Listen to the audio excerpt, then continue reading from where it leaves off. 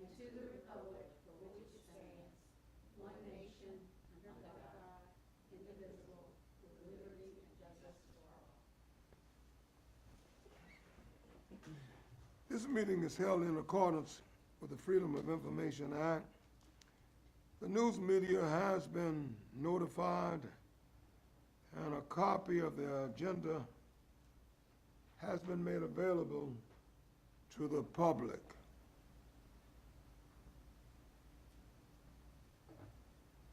The meeting is open to the public, and the public is welcome to attend in person. All persons wishing to attend by virtual means may do so via YouTube, Sumter School District Board meetings, and Sumter School District Facebook page. The vision for our district is the Sumter School District is committed to educating, empowering, and enriching the lives of all students to reach their full potential.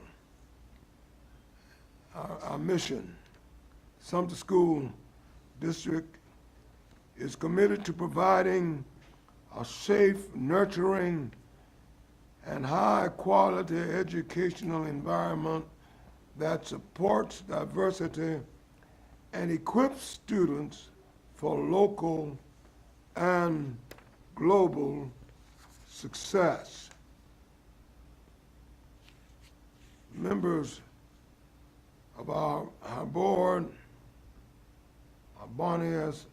Disney, Esquire, Area 9, Vice Chair, Sean T. Reagan, Area 5, Clerk, Sherry White, Area 7, Parliamentarian, Daniel Palumbo, Area 1, Brittany English, Area 2, Tara Kaiser Johnson, Area 4, Matthew Mack McLeod, Area 6, Jeff Zell, Area 8, Tech Sergeant Christian Weidman, Shore Air Force Base Representative, Dr. William T. Wright Jr. Serves as our superintendent, and Ms. Shantae Scott as administrative manager to the superintendent and the board. I'm Ralph Canty, and I serve as chair, and I represent Area 3. At this time, I'd like to call this meeting to order.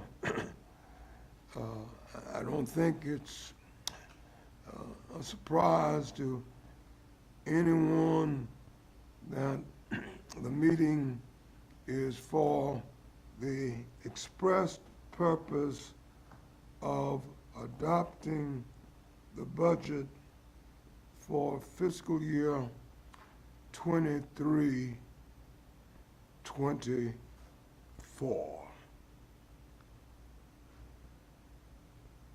The agenda is before us, and if there are no objections, the agenda will stand approved. Hearing none, the agenda is approved. All right? Item 3 from the Office of the Superintendent. Item 3.1, second and final reading of fiscal year 2024 for budget.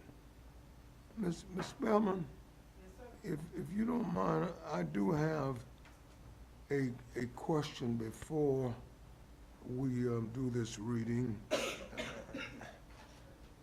If you can you tell us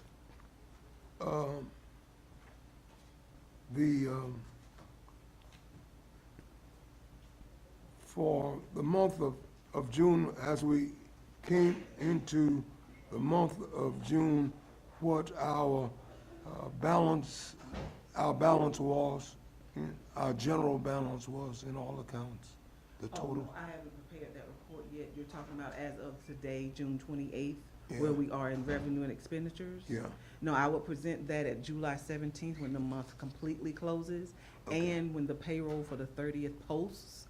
So we're waiting for that, and I will have that report ready for you. okay. But you don't know what it was when we came into June, though? It was the May 30th report. I think I did give a report as of May 30th. And do you recall now what it was? It's in board docs. I'd have to pull it. I just I'm, can't. I'm sorry. No problem. It's not trying to catch you up. I was Oh. just trying to get it in my head. Okay. All right. Okay. We'll get that number for you before you leave today. Thank you Yes, sir. so very much. Okay. All right.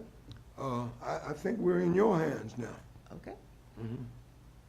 Dr. Wright, would you like to prelude with anything? No, ma'am, Mrs. Spearman, you just go right ahead on and I will chime in as needed. Thank you. Thank you, sir. I want to thank this board and everyone that has agreed to come on this called board meeting. Of course, due to the fact that we wanted to wait to see what the local county was going to do as far as revenue, we are now ready to present our best estimate and get our budget approved before July 1st. So my staff is waiting for this approval so that they can load the budgets and have it ready for use on July 1st or 5th, one between those days. So I want to begin with our priorities that guided us through this budget process, the efficient and effective operations, the recruitment and retainment of high-performing workforce, our safe and supportive schools, and college or career readiness. Those facets are present in our budget and throughout, and mostly in the form of salaries with the increases that we are mandated to give and other supports that we added.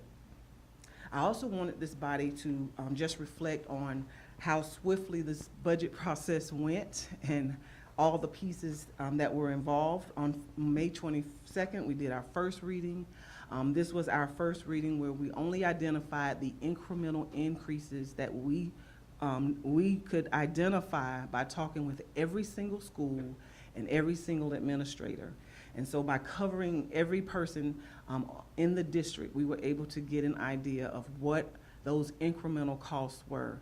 And therefore, we used fiscal year '23 as our base budget year and added those incremental increases. On May 30th, we did a public participation of our budget at that point. And again, with this caveat, please understand, as you saw, the numbers changed so many times during this process. With the state, it changed 3 times. With the county, it changed 2 times. And as we got information from our vendors, it caused our estimates to change again. So with me waiting on the 3 bodies, the 3 different, so many people that we had to refer to get estimates for FY24, that is why the numbers changed so many times. And that is very normal because you have to get the best estimate that you can. And even as of today, June 28th, the state has not released the final numbers, but we do have an estimate that we checked with the CFO at Department of Ed to see if we could go with that number.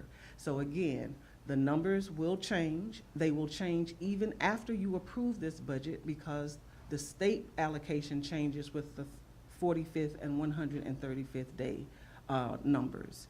So a budget is it changes a lot, just to say that. Very, very fluid. So please don't get agitated by that. On June 6th, we had our county council presentation where we first introduced officially the county council, our budget. On the 19th, we had our joint meeting with the county council. On June 27th, which was yesterday, we had the approval of our budget. And on June 28th, today, we are requesting for our second and final reading for your approval of the fiscal year 24 budget. So that is our budget timeline and what we've had to do with that. Again, as an overview for our revenue, we started with fiscal year 2023 with our base budget number of $146,673,871. With the state projected portion, the numbers are not final as of today, but we do estimate a total state projection of $10,850,370 of increased revenue. We project local revenue increases of $887,000, and again, that federal projected revenue, we estimated a decrease of $100,000. So total projected increases of revenue came to $11,000,006. We add that to the base of 146, and we get our proposed budget of for fiscal year 2024, our revenue budget of $158,311,255. That represents a 7.93% increase over fiscal year 23's budget. As we move to the expenditures, again, starting with that base expenditure of $146,000, because as we know, revenue and expenditures must equal to get a balanced budget. We included our required expenses related to salaries and steps, the bus driver increase to $18, a health coordinator position. Those required expenditures were about $11.5 million. We also experienced some expenditure reductions due to the changes of estimates and to the decision with the county. We reduced amounts to the tune of $3.2 million. We adjusted some employer contributions, we adjusted some miscellaneous expenses, and we removed the substitute salary line, most of it anyway, because we are using Kelly Services, and that is a contracted service line. So we made those adjustments to ensure that we balanced. As far as an increase in any of our fringe lines, we did identify that we will increase workers' comp by $640,000 to that tune of $640,000 based on our current expenditure that it's already exceeded our budget. We did do increases to the tune of $732,000 for the use of Kelly Services and iTutor. And of course, as you heard, the paid parental leave mandate, we will put that in the instructional services line because that entails the use of subs. And that is again through Kelly Services for those employees who will take advantage of that leave.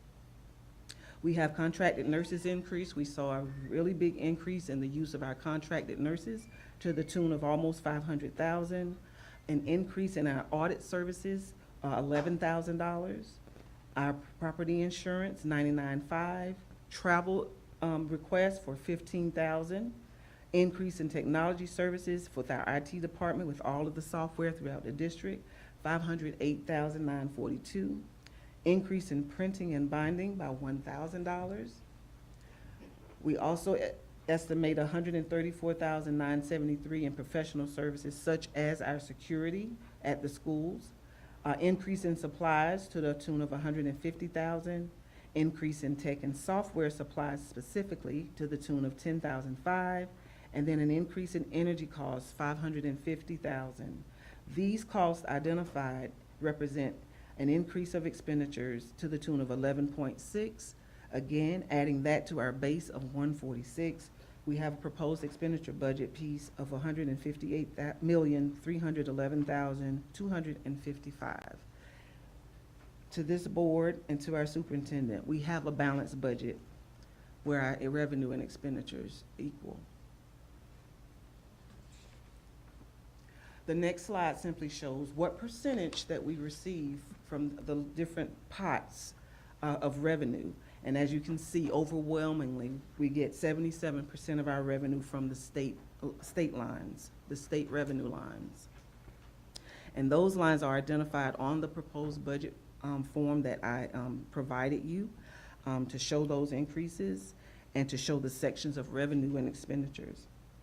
We received 1% from our federal and other, and 21% from our local pieces of revenue.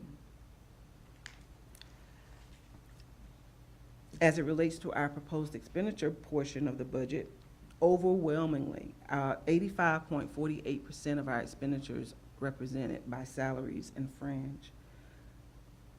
Another 7% is represented by purchase services. Supplies represent the 5%.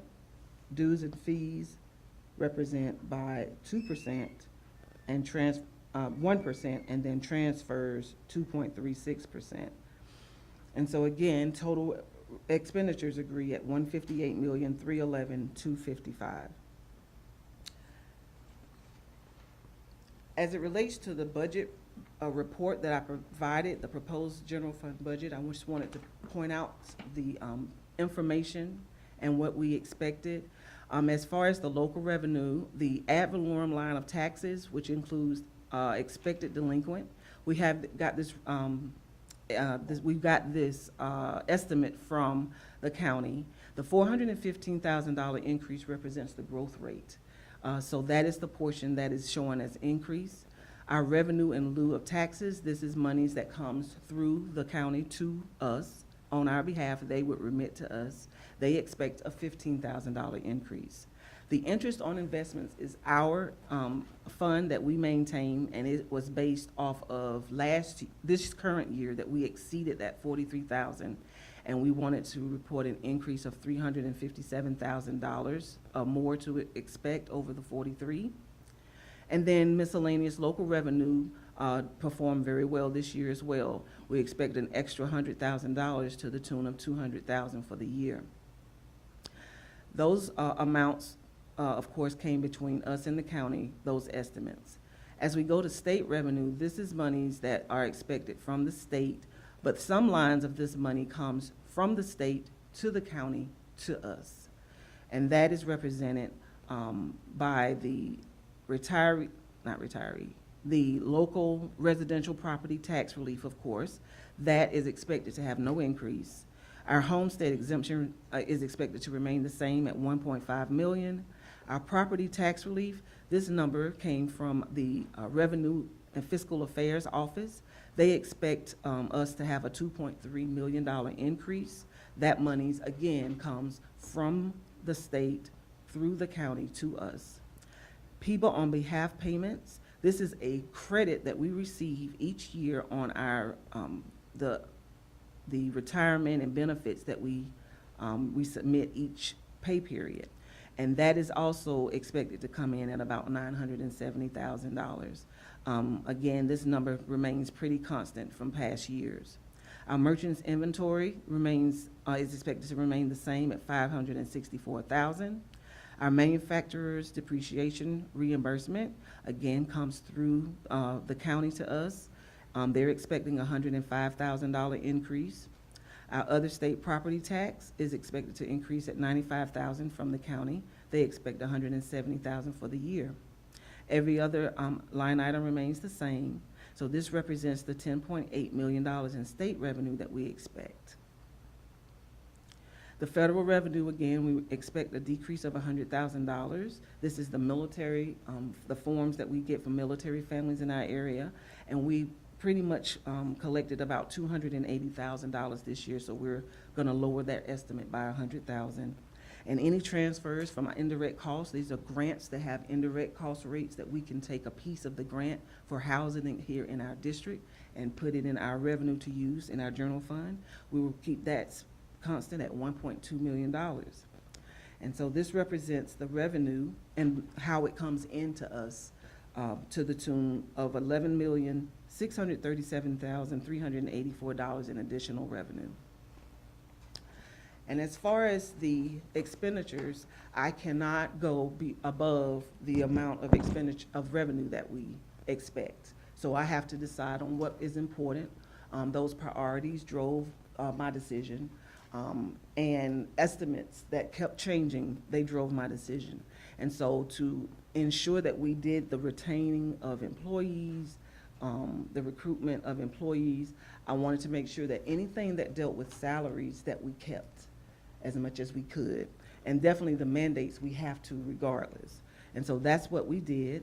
On the line for expenditure on the substitute salaries, again, we had contracted out most of our sub-services to Kelly Services, so I moved that portion down to the 311 line. We still had, I think, a little bit from another area where we did some sub work on our own without Kelly Services. I did reduce some of the employer contribution estimates based on updated estimates. I reduced that in order to balance the budget. I also, it shows our $640,000 increase to workers' comp because we did experience an increase in that area. Our instructional services, which houses our Kelly Services, iTutor, and what have you on the 311 line, we increased that by the $732,453. Our pupil services, this is where we had the increase in contracted nurses. We increased that line item. Our Board of Ed audit services, we do expect an increase in our cost of audits. That includes procurement, our regular audit, what have you, to the tune of $11,000 more. Property insurance, we definitely got a quote that said that it would increase by $99,500. The rental of a reduction of $270,000 is due to the contract, the copier contract that we will enter into, and we are expected to see a savings of $270,000 for fiscal year '24. Travel, increased request to $15,000. Our technology services, we have several licenses and renewals that are coming up in this fiscal year. We increased that to $508,942 more. Printing and binding went up by $1,000, expected to go up by $1,000. Other professional services, $134,973. This houses our security costs that we have. Supplies, $150,228. Tech and software supplies, $10,500. Energy, $550,000 increase. And finally, a reduction in other objects, other transfers, other dues and fees to the reduction of $1,938. Our fund modifications include transfers out of our general fund to support other funds that we have to pay for certain things. So that will remain constant. Again, total expenditure increase of 11.6, and our budget is balanced at $158,311,255. This is the budget that we present to you and we request your approval for.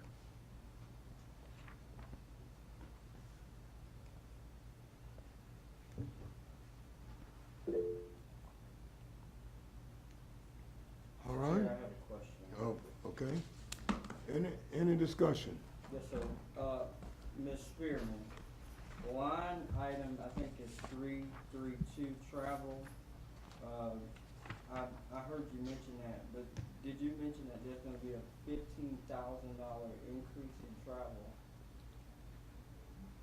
Yes, travel, and that relates to training that we wanted to get for our bus drivers and training throughout the district. So that training requires travel, and so we assess the cost related to that. Said training for bus drivers and training just throughout the district? Yes, right? yes. And that comes from budget meetings with our administrators and our school staff. All right? Questions? Yes, Chair. Ms. Spearman, a few clarifying questions. At the county council meeting, not the last one we attended, $1 million was mentioned at that time. Is that something that we're waiting on from the state, or where does that play into this budget? Thank you for asking that question. That $1 million estimate came from a conversation that I had with the county official that I was getting my estimates from, and it was related to the delinquent taxes. The way that I calculated our estimate of what the ad valorem taxes would be is simply the millage value times the millage. And that way, I got a number. That number was used during the June 6th meeting. If you compare the ad valorem line tax to from the June 6th meeting to the June 19th meeting, you'll see there's only a difference of $189,000. During one of our conversations, I was asked, did I consider the delinquent taxes as a separate line item, the $1 million that the county is expecting? And my reply was no. And so therefore, it was stated and understood to mean that there would be an additional $1 million. But my estimate had and included all of that because I simply did millage time millage value. And the difference on those two dates between June 6th and June 19th was only $189,000, not $1 million. All right. And then, I don't remember what line item, if it was a line item, but you talked about the military, that reduction of $100,000, I think it was, from the military. Yes, we collect revenue through IAGS, which allows us to get accounts if the military families in our area completes a form to identify where they are, and we submit those. We get revenue based on that. But again, if they do not submit, we don't get anything. And so I wanted to reduce that estimate to what we were experiencing. My understanding is years ago, we received millions of dollars related to this. So we're now down to about 300,000. Okay. All right. And then my last question is around people services, nurses. I know you mentioned, an increase on that line item. I would have to find the actual line item. But is that for more nurses or higher salaries? That is for contracted services, like we use ProCare Therapy because we have a hard time hiring nurses. We use a company to Gotcha. contract out. And Okay. so that surged. Okay, for the contract service Yes. itself, not for salaries? Right, Okay. that's correct. Okay, thank you.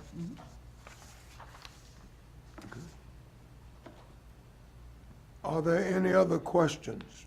I have a question, please, Dr. Spearman. I just want to make sure it's okay. Thank you for calling me Dr. Spearman.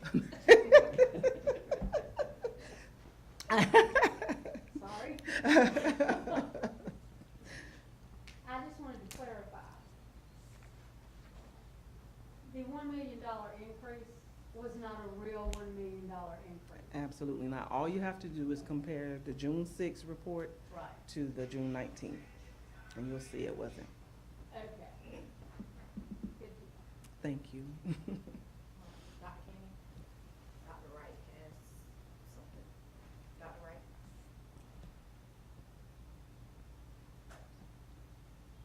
Okay, are you ready for me now? Go right ahead. I see where Mr. Palumbo had his hand raised as well, so if he wants to go first, that's fine. Okay. Yes, Dr. Spearman. I just got a question, and I know that you moved a lot of the money, what we're getting towards employee pay. So is that kind of going towards, because I know we had discussed as a board what we would do to recruit. Is that also kind of some of that money going to those items that Dr. Kunis is trying to do to recruit? No, sir, those funds were what we wanted to do with the 12.75 mills. And so this is what is required increases in expenditures that we had to utilize. And if you recall from the very first presentation, I believe I did identify about $11 million in just the standard cost that we had to have as a district, but that did not include retention efforts. We wanted to designate the 12.75 mills for that effort. Gotcha. I'm just talking about, Chris, with the 8%, do we just take even 100,000 or a piece of that more towards and add a little bit to the retention? Well, we can we can look at this and see what other grant, I think some of those items on that retention list included some use of grant monies for some of the retention ideas. But for the most part, those that had, general fund related, funding sources, those were not included in this, budget because there were no longer any more funds to do so. Okay.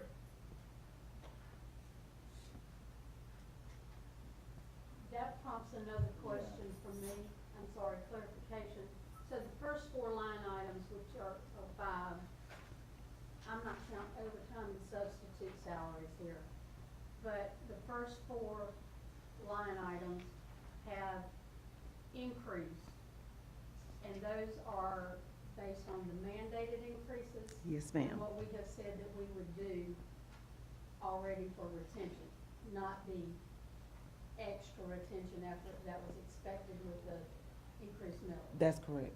Okay, That's correct. that was my personal clarification, thank you. Mhm.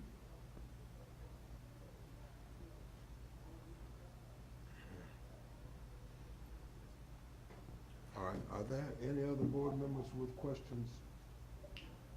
Yes, sir. Ask that. Hmm? Okay, So, Ms. Spearman. Just one more, Can you tell? okay, hold on a second. Can you tell us exactly the short amount, based upon the conversation yesterday with county council, what the school district will be receiving from county council? The ad valorem tax line specifically, that number is 30,589,475 is what the last estimate was for the ad valorem taxes. Again, they do receive other state lines that come through them for us, but that is directly from the county. Well, I think I'm talking about based upon the meeting yesterday, Yeah. what, Oh, you talking about the additional millage? mhm. Oh, zero. Nothing, zero. Oh, yeah, no increase on the additional millage request. Is that what you're asking, sir? I'm sorry. Yeah, yes, ma'am. That's my answer. Okay.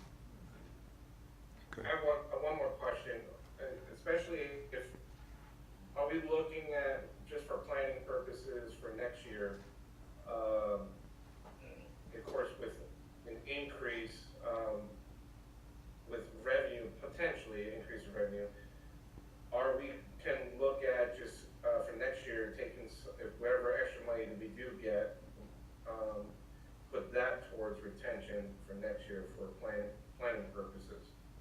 If the funds are available and we have good revenue estimates, we will definitely continue our retention efforts.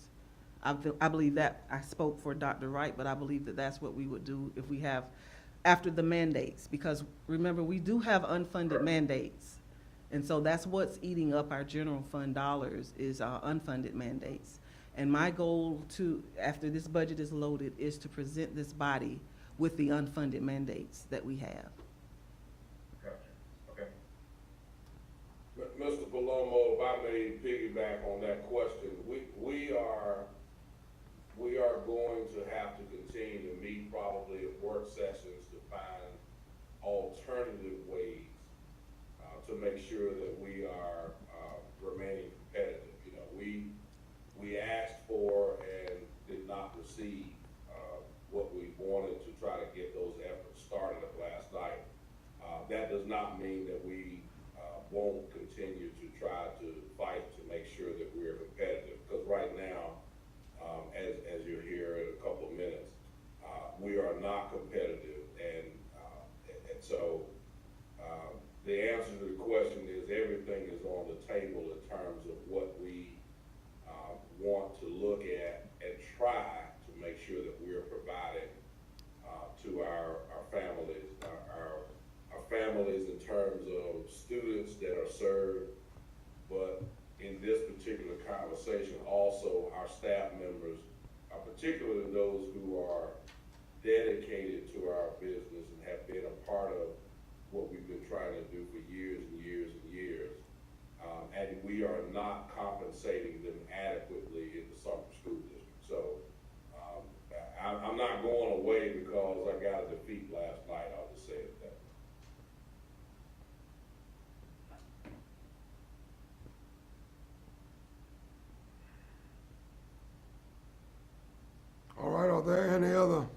Any other questions?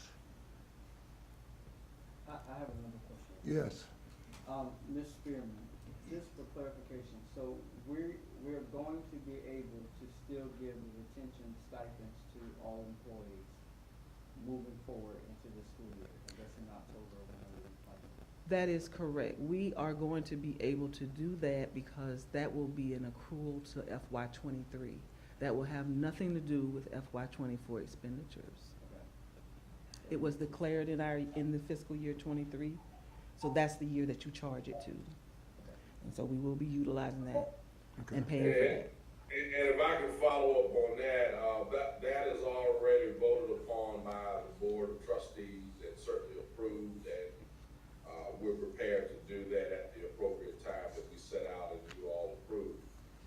Moving forward, though, we're going to have to put ourselves in a position somehow to make sure that it's not just retention and recruitment bonuses, but that it is a way of life that we are competitive with our counterparts. Because right now, and I almost probably don't need to say this, but I will, a person can drive 25 to 30 miles and do the same work that we're asking them to do in our district and be compensated at a higher level.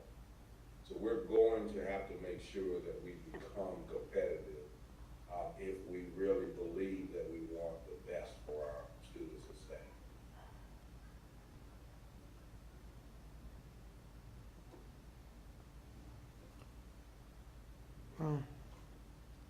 Well, I think it's important that, that budget not be a once-a-year item. We're gonna have to talk budget more often. And as a board, we've got to become more aware of what we need to do to move the district forward. So, in approving this budget today, I certainly hope that we are indicating our desire to come back and have further discussion this fall about the budget and the direction we're going in finance. All right, any further questions? If not, what is your pleasure as You an... have a question, Mr. Chair. Yes, sir. I'm sorry. I don't have a question, but I do have a comment. We are voting on this budget, but as a personal point of privilege for myself, I must say that I was very disappointed with that vote last night. And again, it proves where public education stands in Sumter County and for Sumter County schools. So needless to say, I was very disappointed with that, and truly believe that we will have to consider, to your point, other options of ways that we can go by looking at how to get funding for the school district to move forward. Yeah. Well, I won't respond to that at this time. I appreciate your reflection. Thank you. And just to piggyback off of what Ms. Johnson just said, going back to Ms. Spearman, when we did the presentation for the county and for the board for the first reading, there was never any mentioning about, I guess, ESSER funding, and I don't know if that confused the folks as to believe that we have so much money, but I guess that money runs out at some point. Yes, my understanding is that my predecessor was loud about that being a fiscal cliff coming. And yes, when that funding goes out, we have been able to use ESSER for a lot of projects. It funds some of our nurses that we saw an increase in. We have over and above the $499,000. ESSER pays for some of those. We have a lot of items that ESSER pays for that we either are going to not be able to continue, or we're going to have to move it to the general fund. And so that effect has been, we're already now analyzing that now to make sure that we have the best use of ESSER funding, and then out of that ESSER, what do we need to keep? So we, ESSER 2, as you know, ends this September. So I will be presenting the status of ESSER 2 to you all. As you know, when this board came on board, ESSER 1 had just completed, and we used every dime of that. And so ESSER 2 will be completed and run out on September 30th of this year, and ESSER 3 will be completed September of next year, and that will be the end of all ESSER funding. All right. Mr. Chairman, if I may, Yes. There's a lot of, the back of the piggy is getting full here.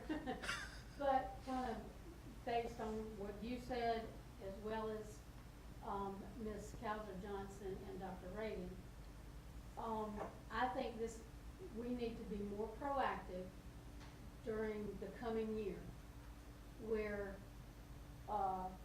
building next year's budget is concerned. And I actually had a word with Dr. Spearman about this in ways that we can, a lot of us are new, most of us are new. And so I think we will be able to perhaps bridge some of the gap between us and county council if we are more proactive in the budget throughout the year. As far as I personally, I would love to be able to say, we have gone line through line, and we have trimmed the fat, and we beefed it up where we need to beef up, and been more proactive throughout the year, so that it not in a contradiction or in opposition to the CFO and her team's effort, but in conjunction with, to many hands make light work. And I want to know more about all of these things, and I think it behooves all of us to know more about how this entire thing is built. And if I think we will be able to present a better face and a better repair the reputation and the relationship with county council if we are all more proactive in this. Am I making myself clear? I'm nothing against absolutely superb, but we should be more knowledgeable about every bit of it, and not just during 2 months of each year. Well, certainly they're not knowledgeable at all, and neither do, or would they like to have a compromise. So I'm not sure what strategy members of this new board is going to come up with, but you can see clearly from last night that there's simply no compromise. And right now, you're correct, there isn't. Absolutely. I'm not disputing that fact, No, ma'am. not disputing. Absolutely not. I would like to say something, Chair. I'm just going to address this on a positive note. Dr. Wright, keep fighting. You just know that you're not alone in this battle. We stand for Sumter County School. We're for the kids, all children over Sumter County School. That's what we are for. Keep fighting, and just know that you're not alone. And I'm on this battle with you. And eventually, they're going to see that it's all about the children and not politics.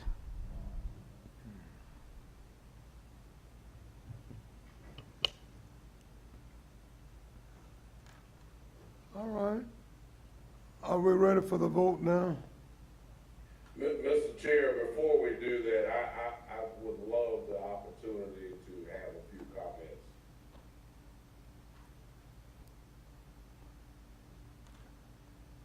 Go right ahead, Mr. Superintendent. Okay.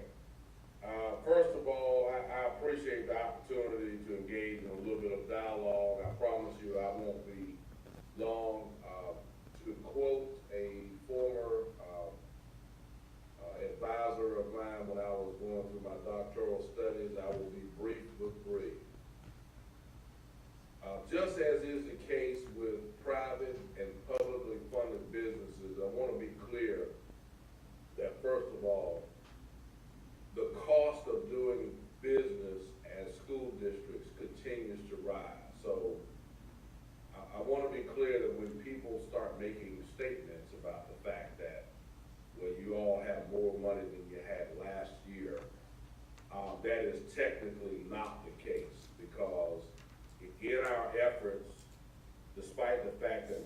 revenues might increase. We have twofold issues to deal with in school districts always. First of all, there are unfunded mandates that we have to do. The state and the federal government sometimes gives us mandates that are not funded. So I want to be clear about that. We are not, because revenues may go up, it does not necessarily mean that we are actualizing more money that we can turn around and spend to do the business that we need to do. Additionally, school districts across America are showing fund balances that appear to be greater because of the direct result of a combination of the inability to fill positions and the ESSER funding that we have received that is very close to expiring, as Mrs. Spearman has so eloquently presented to you. 2024 is the cutoff date, if you will, for ESSER funding for school districts across the country. So basically, we have been written a check, if you will, from the federal government to keep public school districts going for a short period of time. However, let me be clear that the needs of school districts and the recovery of the effects that we have had from COVID and so forth are ongoing. They're not going to end in 2024 when we magically lose the funding. The remnants of the effects of COVID will be ongoing. We have children in our district who had 2 years of not being served at all, or certainly not eloquently with or adequately with the education that they need. But here's the bottom line. We are behind, as I've said, for 12 plus years since we have been merged as a unified district in Sumter School District. We are behind. I've been very explicit upon that, and we still need support.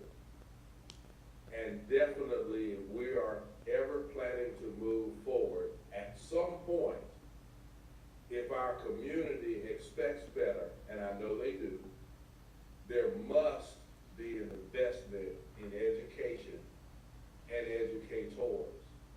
We cannot continue to kick the can down the road. Our children are our future, and I would argue they're also our present, and they deserve our very best investment. And shame on us if we're not willing to do so. And Mr. Chair, members of the Board of Trustees, and everyone that's listening, those are my superintendent comments. Thank you. Thank you for your comments, Mr. Superintendent. And I'm going to close tonight by saying you cannot continue, no matter how valuable your product, you cannot continue to deal with an issue the same way and expect to get a different results. It is going to require statesmanship, diplomacy. It cannot be us against them against us. It's got to be about us and them bridging our differences and coming to a place where our priorities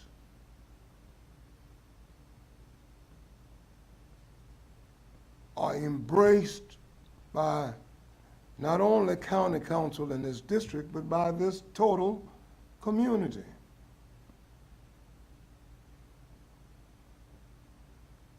Each year, we've ended up doing the same thing and really getting the same results, which is really a distorted definition of insanity. Because clearly, we aren't even expecting another results. There has to be a different mindset about our relationships. We cannot be isolated and then once a year go to county council and make a demand and expect to get it.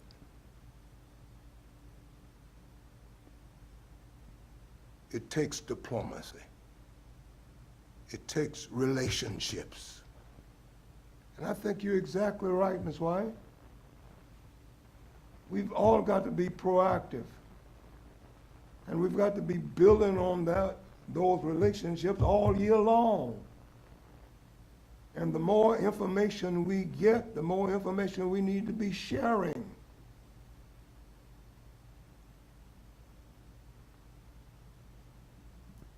Because we cannot allow it to be them and us. Because in the end, our children pay a price for that.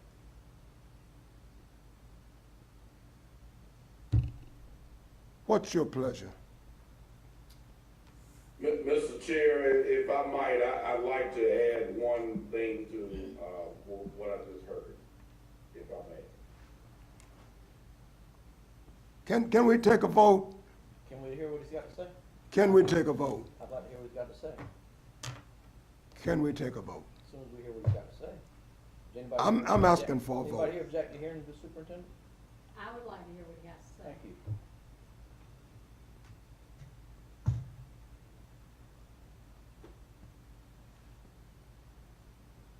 Are we gonna take a vote? Are we gonna listen to the superintendent?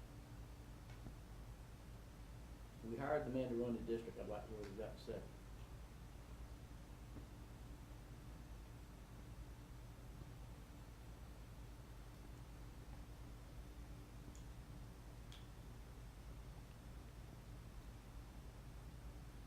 Go ahead, Mr. Superintendent. Thank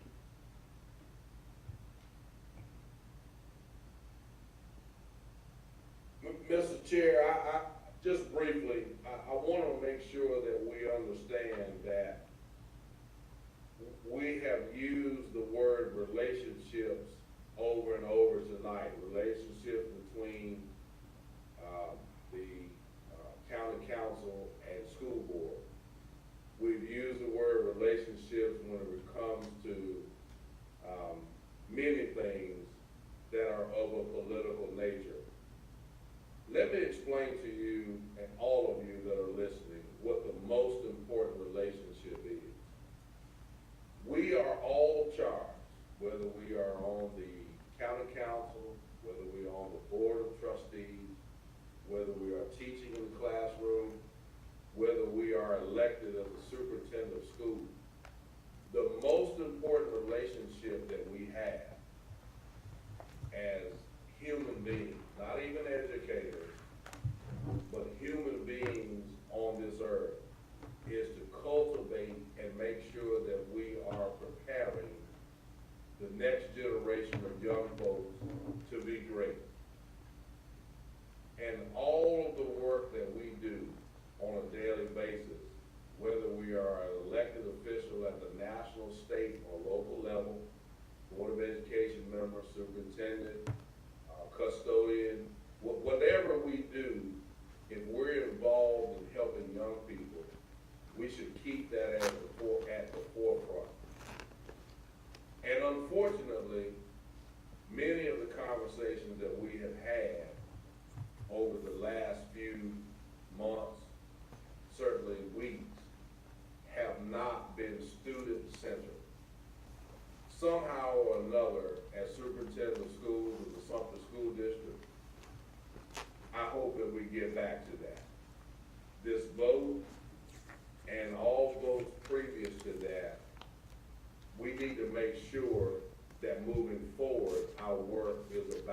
children, and those that serve them every day. Mr. Chair, I want to be clear that every single day that I serve as superintendent of Sumter School District, that is going to be my mission. I'm not going to do anything else other than be about doing what is best for children that I have the responsibility and accountability for, and staff members that serve those children. And shame on us the day that we are not about that. And that is my comments. Thank you. I'm not gonna sit here with you or this board and go back and forth about an understanding of relationships. But relationships are critical if we're gonna have a healthy environment and a healthy community. All right, what's your position on the budget? Mr. Chair, I move that we approve the fiscal year 2024 budget as presented. Second? Motion and second that the budget be approved as presented. Are there any further comments? Comments once, comments twice, comments 3 times. All in favor will vote your conviction or show your hand. All right.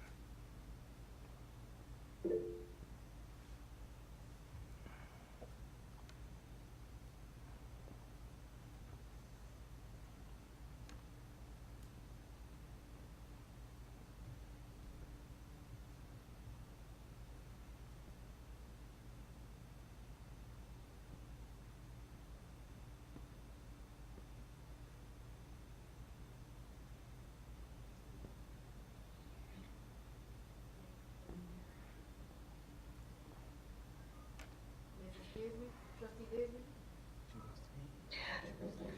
Can you see my vote? I don't have any other way to vote. She Is raised it her yea hand. or nay? Yay.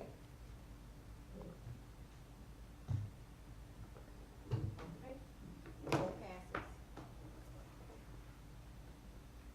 Vote, it passes. All right. The budget is approved. Adjournment is before us. It's non-debatable. Good night. Thank you.